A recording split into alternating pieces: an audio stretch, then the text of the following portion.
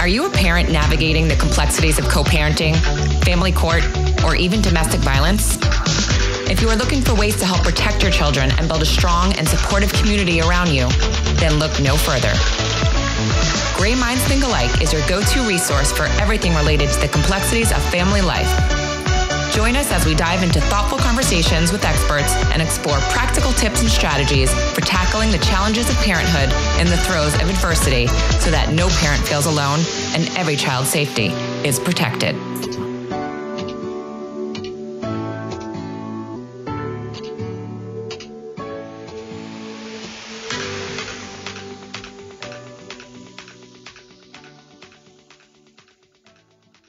Hi, everyone, and welcome to today's edition of Gray Minds Think Alike. Today, we are talking with Linda Parker, the current president and CEO of Women in Distress in Broward County, Florida. Women in Distress is a nonprofit 501c3 and is the only nationally accredited, state-certified, full-service domestic violence center serving in Broward County. We are so excited to speak with you, Linda. I know I've met with you personally regarding my case and Greyson's choice, but I would really love for you to tell our listeners all about Women in Distress and how you started working with them. Hello, everyone. So I have been with Women in Distress about 4 years. I actually came here. I had been a domestic violence advocate when I was in undergrad at school, but beyond that, the reason I got into domestic violence is because I was a primary and a secondary victim of domestic violence, both as a child and as an adult. It gives you a very different perspective. What I always tell folks is when my mom was being abused, we spent time in a domestic violence center, much smaller than at that time, it was a house in a small town. I remember being there and feeling very much unwanted. It was clear from the way that they handled my mom and I and brother showing up, that they didn't really appreciate us being there. I don't know if they believed my mom. I'm not sure what the situation was, but it was extremely uncomfortable. And I was old enough to recognize the sadness and the kind of a hopeless feeling my mom really felt. I think inadvertently and really subconsciously, I took that into the first time that I worked in a domestic violence center, and really wanted to make sure that the folks living there understood that this is not how it should be, and that this is not a shameful secret you should have to keep. And when my mother-in-law was diagnosed with breast cancer, my husband and I were living in Iowa, and I was working in higher education. When we moved down here, I started working for a center located in Polk Hardy Highlands County. I worked there from 2017 till 2020. And then moved here to Broward County in 2020 to become the CEO of WID. WID is a pretty large domestic violence shelter. It's probably one of the largest in the nation. We have 140 beds. We have a pet shelter, a law firm, an outreach center. We do therapy, both kids and individual, family and individual. We don't do couples counseling for obvious reasons, but we do try to be everything that we can be to everyone. That's great. I actually didn't know you had a legal team there. My next question was going to be, what services do you offer victims? Yeah, that's so fantastic. Those are all things that everyone can benefit from. Exactly. And you've been there how many years? 4 years. 4 years in September. Now, over the course of the 4 years, what is the most common situation you've seen? Difficult or common? What do you see? So I think I have to split it into two sections. Prior to COVID, what we saw was pretty standard. I hate to use the word standard, but traditional domestic violence, which is you can rely on the escalation going in a certain pattern, right? The movement was started based off of the wheel of domestic violence, which is like the power cycle, the power and control wheel. And to some extent, that still applies. But I will say COVID broke a lot of what we knew about domestic violence. And it also broke things in a way that we had not seen before and that we had never had to account for. For instance, having to help someone safety plan to stay in an abusive home because there's nowhere to go. We were open, but you're dealing with a pandemic. So you're trying to be as safe as you can be and keep COVID out of the shelter. So services were limited really for a period of time to high lethality cases, which was difficult. It changed the way our hotline had to answer calls. It changed a lot of things. And so what we see now is a very steep increase in high cases. And basically a high lethality case is a case in which statistically, based off of information that we get from the survivor, if there's no intervention given, the likelihood of a death occurring is very high. Things like choking, threatening you while you're pregnant, hurting the family pets, having a weapon in the house, escalating violence. So violence that you can see clearly is escalating, but more so now than ever before, we see people snapping. You may have accounted for the domestic violence to ramp up in this situation and you know what to expect. Unfortunately, sometimes abusers are pretty standard in how they operate. Right. But now we're seeing much more cases where it's weapons of opportunity. So I'm mad at you. I'm going to grab this ashtray and hit you over the head with it. Completely unprompted. I've never hit you before. Many more instances of injuries being very high level versus traditional domestic violence, psychological. And I attribute that to a number of things. And this is just my theory. Sure. One, I definitely haven't studied it. But one, I think psychologically, we're just broken, right? COVID broke a lot of people. I just think there were things that we didn't consider psychologically. I also think that socioeconomically, that stressor is putting itself on people and there's no way to deal with that. Probably a lot of people just didn't have the finances during COVID and they had nowhere to go. So they just lived in the abuse. Exactly. One of the things we took away from that situation was we have to really prepare those on the hotline to answer those types of calls. The staff were exceedingly burnt out from having people call them and say, I can't leave right now. What do I do? I'm in my closet. I can't leave. When it became almost more like a 911 kind of hotline than the staff were really anticipating having to answer. And that takes its toll. It takes its toll on people. And what was their response to these people? A lot of it was, we've got to get you out of there. If you're in your closet, you can't stay here. We'll find room. We put a lot of people in hotels during that time. If there was a hotel we could find. And we were using the police department to pull people out of homes, essentially, and just say, we've got this, and I need you to go get this person. We have a good relationship with the police department for the most part anyway, but it really encouraged us to collaborate in ways that we probably hadn't before to try to creative ways to get folks out of the house, as opposed to are the police helpful? Oh, yes. Yeah. I think everyone's got stories where they had a disconnect with the police department. I can't speak for everyone's experience, but I can tell you that 9 out of 10 times we have a pretty good relationship with the Broward County Sheriff's Office. And a member of their high-level team sits on our board. Anything that happens... Well, I should have called you when I was looking for Greyson. That's so true. And your experience, I tell folks, because they asked, and I just tell folks, fundamentally, they didn't do what they should have done. And it's not okay. I don't want to take away from that. So please don't mistake that. Oh, no, I'm just saying. That's why I asked, because when I was dealing with the Broward Sheriffs, they literally said, this is a family court issue. We can't step in. So I was just curious if Women in Distress says you need to help them if they act faster. They're pretty responsive. The other thing is I have to see the opposite side of it. So without bearing my brother too much, he's going through a domestic violence situation right now in another state.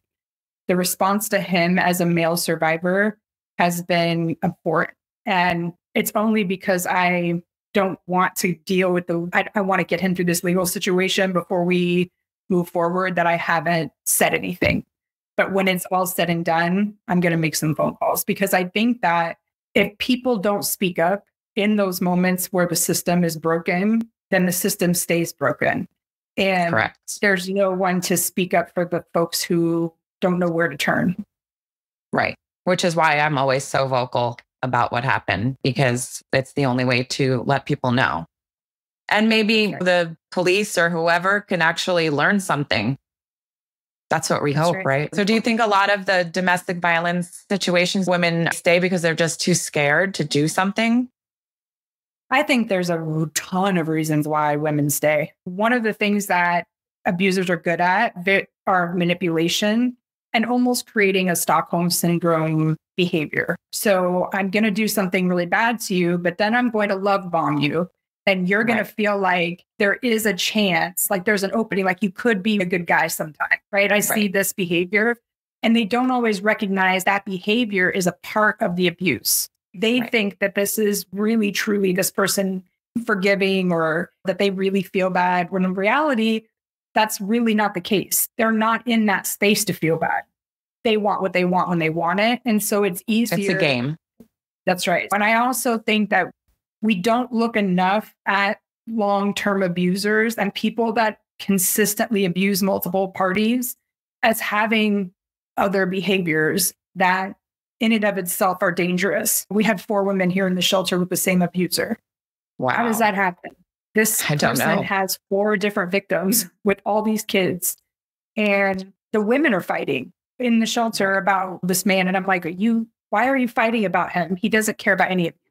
So I think we as women also have to get to a place where we recognize the things that, and not the things that we do to attract these men, but how do we more quickly get out of the relationship once we realize it?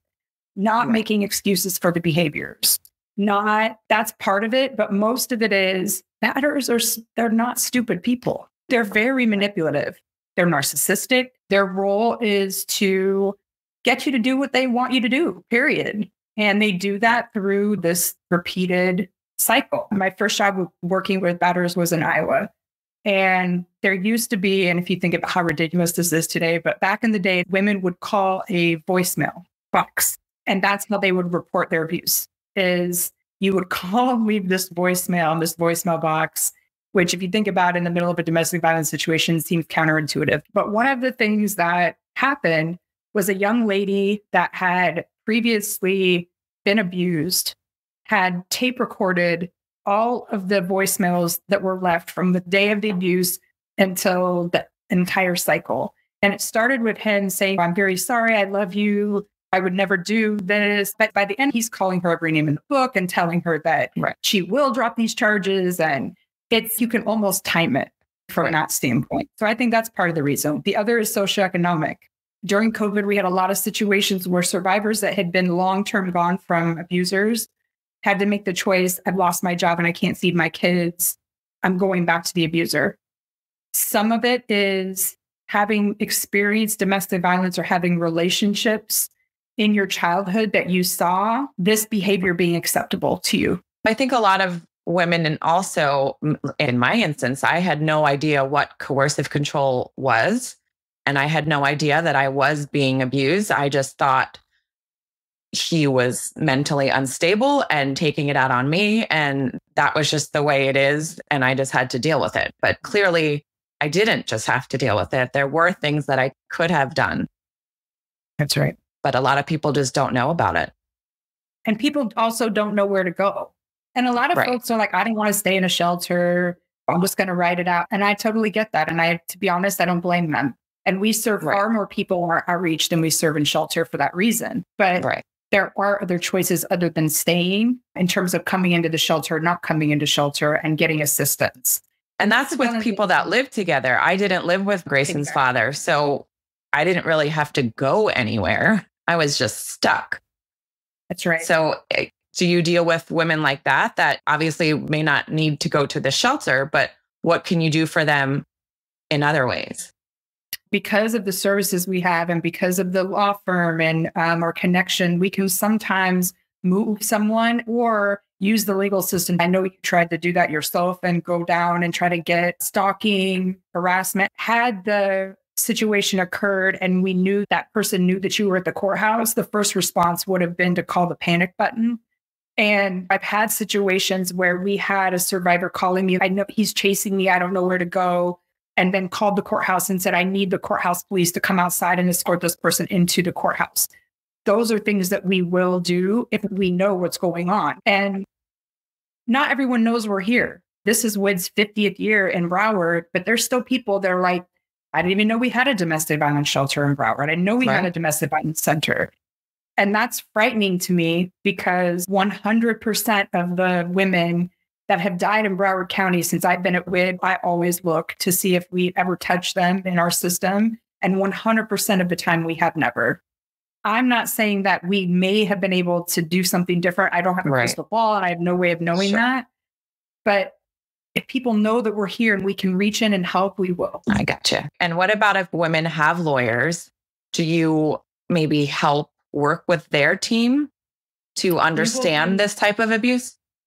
Exactly. And we do training we try to do as much training as we can with the criminal justice system and also look at the rates of prosecution, right? As part of what we do here is like the prosecution rates. So the state attorney's office and I just wrote a grant together to increase prosecution rates for survivors. The police departments are also starting to get involved. For instance, Lauderhill is really interested in increasing prosecution rates that don't require victims to testify, because that's the biggest hindrance is the fear of confronting the abuser and what's going to happen once court's over. If he doesn't get a long-term sentence, I have to live in fear. They do things like buying a derma scanner, which allows the police to see bruises 3 days earlier than they would normally show up. They don't have to go back out to the victim's home and take pictures. So it's things like that we're working with them, and that internally we're all working as a system to try to figure out how to really do what we say we're going to do, which is to eliminate domestic violence. We've been saying it for all these years. I tell people all the time, I would love to work myself out of a job. I would love to go back and teach. And human nature being what it is at this point, until we get a handle on it, that's just not going to happen. Do you feel like it's getting worse? I do. I do think it's getting worse. Since COVID, we never went down numbers wise. We took a 25% increase.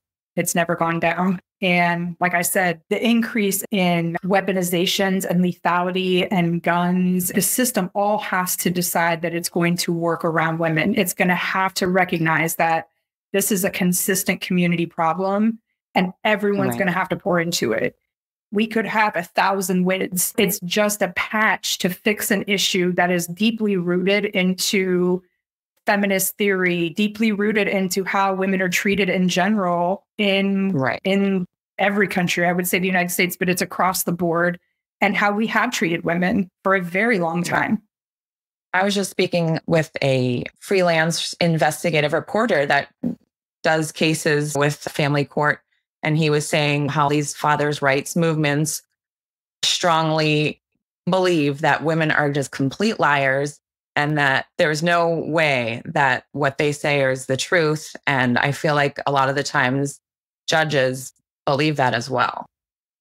I think you're probably right. I was at an event probably 6 months ago, and we were talking about how different pockets of cities, not just in Florida, but across the United States, handle domestic violence, and really what the different experiences are for women depending on where you live. A person came up to me and said, part of the issue here is that women are weaponizing domestic violence to get custody.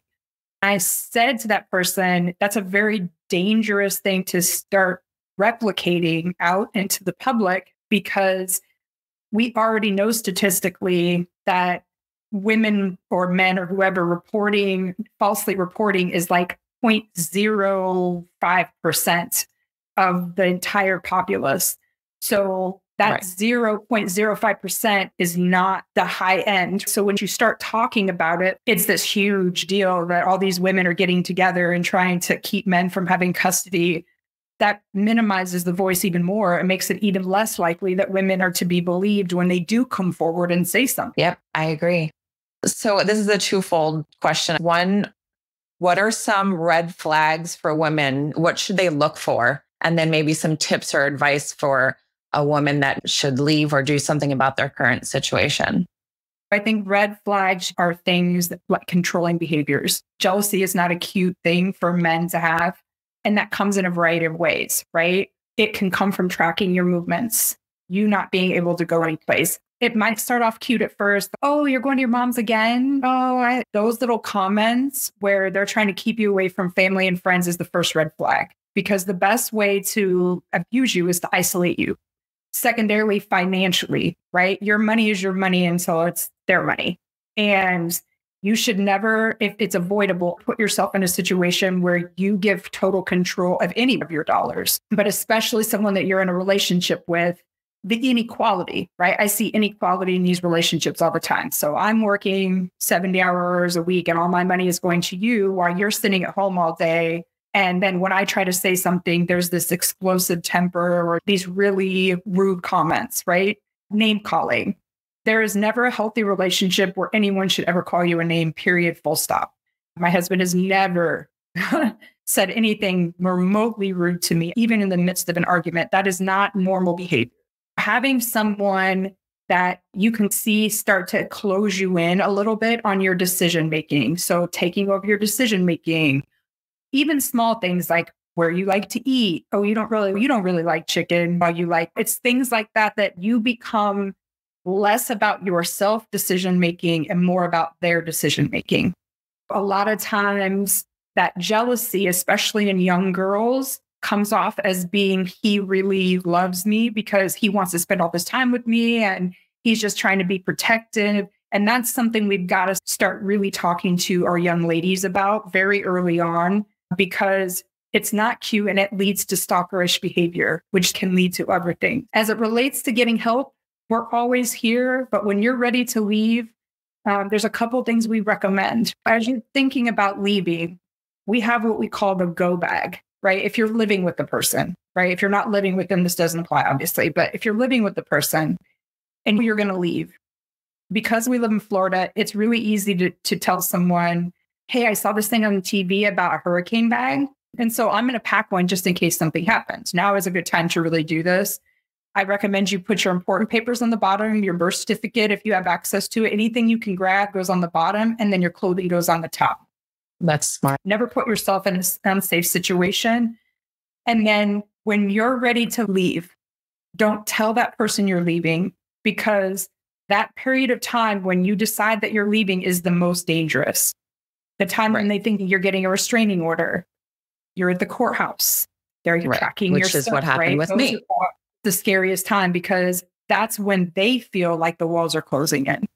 And their only act is to retaliate. Exactly.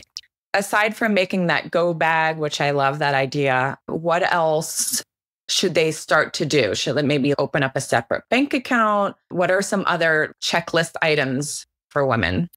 So open up a separate bank account, but I would not recommend moving the money until you're out of the house. Once that person sees the money move or your check doesn't come, it's just another reason for them to get violent. Try to separate as much as you can, but don't pull any triggers until you leave the house. Get everything lined up in order. The other thing that I would recommend is if you have kids, make sure the school knows what's going on. You talk to one person that knows. So that way, when you're ready to go, it's an easy transition. Right. When it comes to getting a restraining order, like I said, we have a law firm, so you can always call and get advice. But sometimes a protective order is not protective until you've talked it through with someone. Okay. The problem with those are they have to be served before they're in place. So if that person takes off and they can't serve him, you're not protected. So it's important that the timing of that go really well and that you work with someone to get that done in a way that works. Make sure that you have anything that you can possibly think that you would need to get out of the house, but also know that most domestic violence centers can get you access to your paperwork. So like I can get anybody's birth certificate if they come here. So don't put yourself at risk to get things if you need to flee the house. And now if they do have children or pets, I feel like it's probably a little bit more difficult. How do you prepare your child? Do you sit them down and have a conversation? It's age dependent, but I would not tell a child until you're gone. We had a case when I was in Iowa where there was a lady who had been fleeing. We had been her sixth domestic violence center. Her husband kept finding her. And we were trying to figure out how he kept finding her. And we finally sat down with her daughter, and her daughter admitted that she'd been calling her dad and telling her dad every time they came to a new spot. The daughter was just trying to be close to her dad, right? She just wanted her dad. She didn't understand the danger she was putting her family in. I recommend if it's young kids that have a cell phone, that you honestly take the cell phone until you're ready for them to have contact, until you're out of the house and safe. far too many abusers use the kids as a catalyst. As they don't really want to be around the kids, but it's a way to keep them tied to you. Right. And do you have to deny access to the children? Are they allowed to see? I think it really depends on a case by case basis, because if he has an attorney and his attorney is saying that you're keeping him from the kids and that he has a right to see the children, then it's alienation. Without the children. Right. And laws are really dependent. It's not the laws aren't dependent, but some of this is in a gray area. If you file a restraining order, sometimes those come with a parenting plan that automatically gives some type of access, but sometimes they do not. And it's best in that situation to follow the legal advice you're given. Okay. Those are all great tips. I hope women out there listening are able to do what they need to do. And we maybe get enough bravery, because I think that's what it comes down to. They want to leave, but they're so scared. I always feel like that's the saddest part, because fear shouldn't keep you from living your happiest, best life. A lot of times when women get to us, they've lost their support system because their friends and family have given up on them ever leaving. And so my other advice is, if someone who's in a domestic relationship, a domestic violence relationship, I know it's frustrating, but they're going to get there. And when they do, they're going to need you. And there's nothing more heartbreaking than having someone tell you, my mom gave up on me years ago and she doesn't want to talk to me anymore. Like, that will break your heart. So be a support like you would want support for something that they have no control over. Yeah. And I think therapy, if they're able, is very important as well. To be able to talk to someone unconditionally is definitely helpful in these types of situations. Do you have therapists at Women in Distress? We have both family and just adult therapy, and they're trained in a variety of methods to help with crisis and also to help you get through PTSD, because domestic violence has a high rate of PTSD. It's similar to be in a war-like situation, because that's essentially what you're in. Yes, I know it firsthand. October is Domestic Violence Awareness Month. What types of things is Women in Distress doing this month to advocate for that? Thursday is our Wear Purple Day. So we encourage everyone to wear purple and upload pictures of your support on social media. I'm speaking on a panel interview with one of our attorneys, the J.D. Reddick Bar Association, this month. We have a lot of trainings. We go into a lot of schools. We end up doing a lot of mini fundraisers. For instance, the Domestic Violence Task Force and us are partnering on a fundraiser for that group on Sunday. So we really just try to be everywhere this month to really bring attention. But really, we try to be everywhere all the time. But this is just a month that it helps remind. And really, we normally do a candlelight vigil to support those who have lost their life to domestic violence. Gotcha. Yeah, every month is something related. I know November is Family Court Awareness Month. And then the following month, I know one month is Bereaved Parents Month. So every month I'm trying to honor everyone as best as possible. But it's sad that we need a month to shed light on such injustices. I'm just curious. You said you do offer trainings with police and whatnot. Has Greyson's Law ever come up? We do. Actually, I just had a conversation with someone about Greyson's Law, because we are talking about it internally about what the outcome had been as it relates to the legal system. Someone had said that they really felt like, because it was so new, that the judges were reticent to put it into practice and they weren't sure. Our group that we work with, because WIT is also part of the statewide, so we oversee the statewide services. So we have the hotline and all those things. The statewide hotline comes into WIT. But we also work with another provider that does all the legal services. And so they're offering trainings to the judges and the police departments. Oh, that's great. Greyson Law. And then also this last cycle of bills included a bill for the police as it relates to the Petito Foundation, the Petito family. I don't know if you guys remember. Gabby Petito was the young lady. So her family and us and some others sponsored some bills this year to increase the lethality assessments that police officers do on the ground. Florida's pretty good in that they already had an assessment for the police on the boots on the ground. When survivors get brought here by police, they always give us the lethality score so we know where the person fits into that cycle. But this expands it. and includes an additional set of questions. So if this, then that kind of situation to catch things much more quickly. So the state is trying to do some things in order to drive down domestic violence. But like I said earlier, it's going to take everyone. And I don't know if it's ever going to get fully done, because I know even with Greyson's law, it took 2 years. The first year, it had a bunch of language about coercive control and trying to change the definition of what domestic violence is, because they still don't see that as violence. It's not physical. And they made us take it all out. All of that language had to be taken out of Greyson's law. So I know for me personally, there are other things that I want to get amended for Greyson's law, or maybe new bills passed. I'd love to see trainings for judges become mandatory. I know there's Caden's law, which has been passed federally, about another little girl in Pennsylvania who was murdered by her father. And Caden's law now gives training and funding to our state to get that training for judges, lawyers, and gals, and all the proper channels. There's a bunch of other things I'd like to see happen. I'm hopeful that it'll only get better from here. I am too. I really am. Because you have to have some hope, right? You have to have some belief that at some point it will be different. And I think the more we talk about it, the more we're calling them out. Hey, judge, why didn't you do this? Why didn't you help this person? Why didn't you help me? Why did you deny my injunction? Why did you deny my ex parte emergency pickup order when it was my day and Greyson was missing for 2 days? He was a missing person. It was still denied.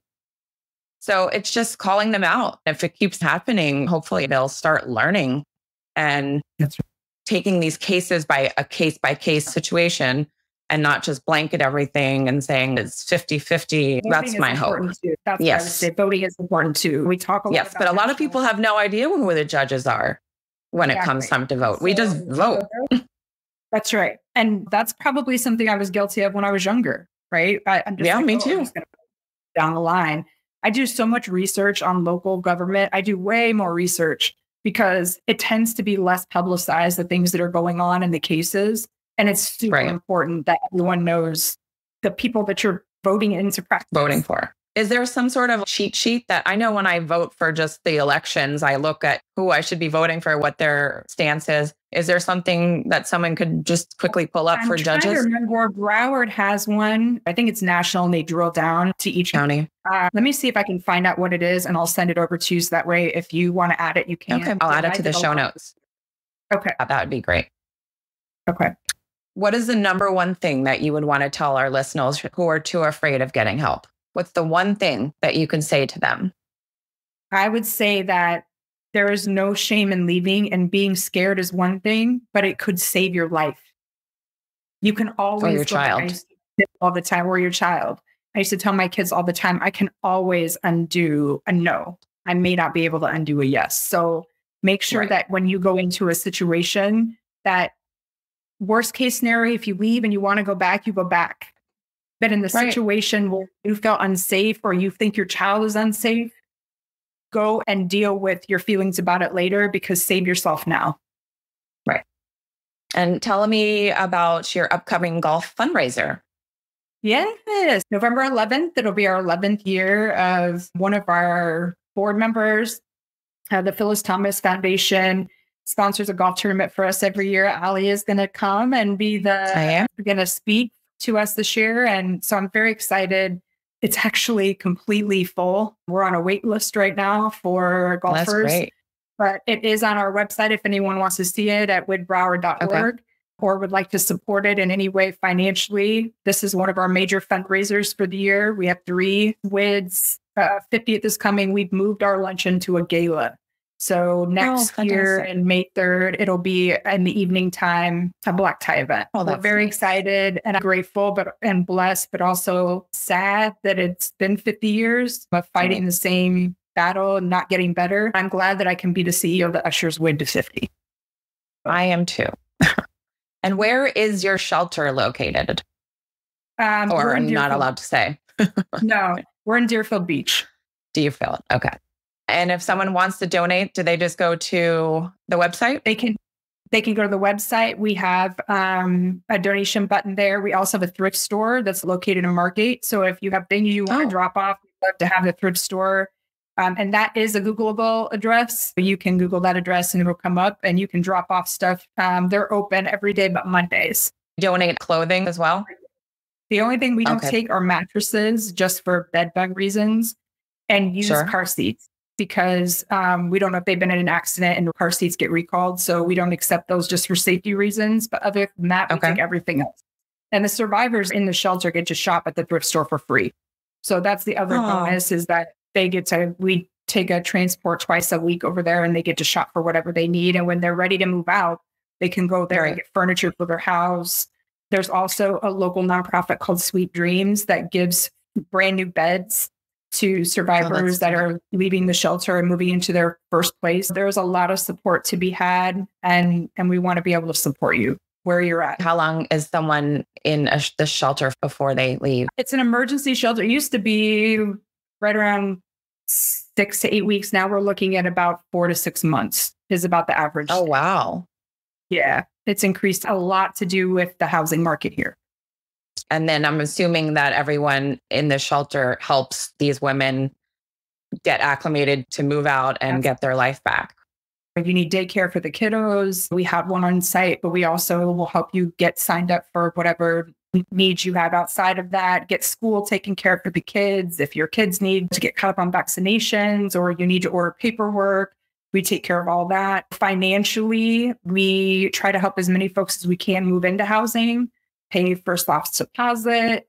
A lot of times there's needs for things like storage unit or medical needs, right? We have a really great relationship with a private donor who helps pay for things medical related to the domestic violence that may need to get remedied. I need new glasses because they were broken, or you know, I have a dental issue. So things like that we can take care of.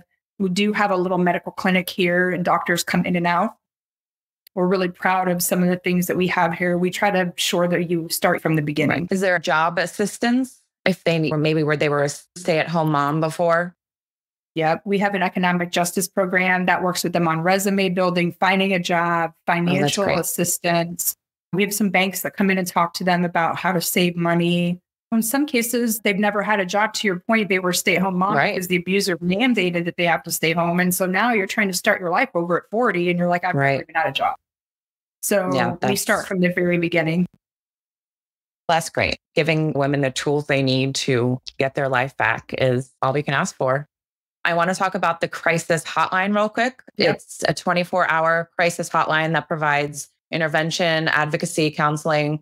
Tell us how and when to use that.